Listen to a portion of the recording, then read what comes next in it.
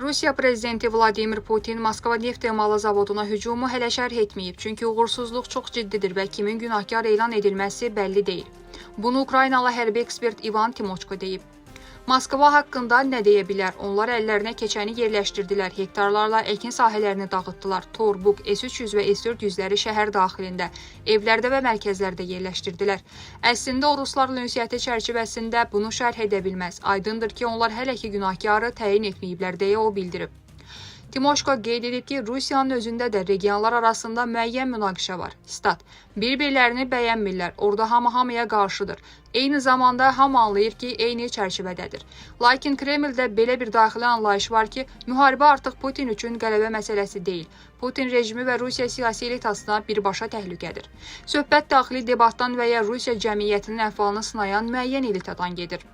O, Putinin yoxluğunu qəbul etməyə mənəvi cəhətdən hazırdırmı? Statın sonu. Rusiya Xarici İşlər Nazirinin müavini Aleksandr Grushko İzvestiyaya verdiyi açıqlamada deyib ki, NATO ölkələri 2030-cu illərdə Rusiya ilə hərbi toqquşmaya real hazırlıq görürlər. Ukraynanın işğalının öyrənilməsi mərkəzinin rəhbəri Pyotr Andrushenko isə bildirib ki, hazırda Rusiya payıza yaxın başlayacağı gözlənilən kütləvi səfərbərliyə hazırlaşır.